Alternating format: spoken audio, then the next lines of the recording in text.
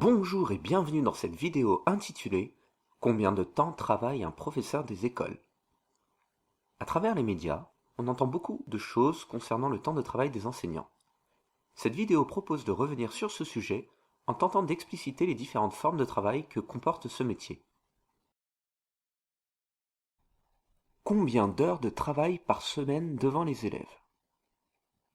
Le métier de professeur des écoles demande du temps et de l'investissement. Mais combien d'heures travaille-t-on réellement? Pour répondre à cette question, il faut avant tout regarder ce que disent les textes institutionnels. Un professeur des écoles doit assurer ce qu'on appelle une obligation de service devant élèves. Ce service est de 24 heures par semaine. Cela correspond à l'ensemble des heures de classe que vous assurerez devant les élèves. Là, il y a une certaine différence avec les professeurs du second degré.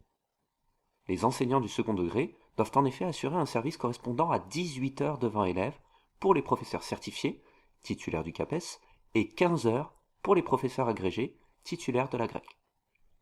Bien évidemment, les 24 heures devant élèves ne tiennent pas compte du travail à fournir chez soi, des corrections, des préparations.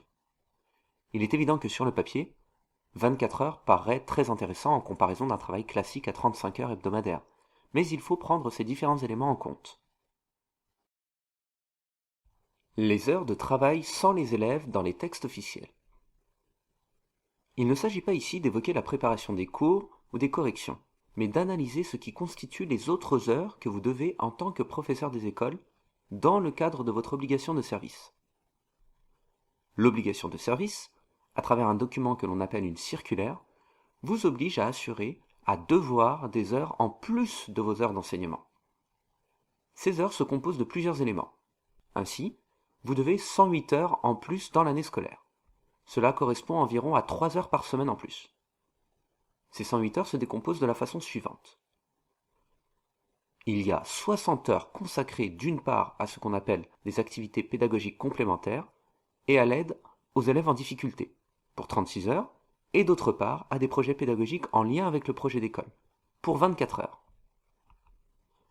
Vous devez également 24 heures qui sont consacrées à des travaux en équipe pédagogique, aux relations avec les parents, ainsi qu'au suivi des élèves en situation de handicap ou présentant des difficultés particulières et à l'amélioration de la transition école-collège.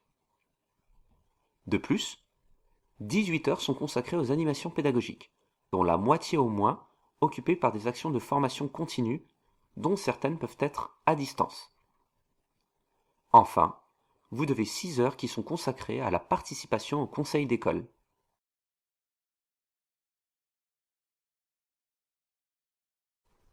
Merci d'avoir regardé cette vidéo. Si vous l'avez aimée, merci de la liker, de la partager ou de la commenter. Si ce n'est pas déjà fait, n'hésitez pas à vous abonner à la chaîne. On se retrouve très bientôt pour une prochaine vidéo.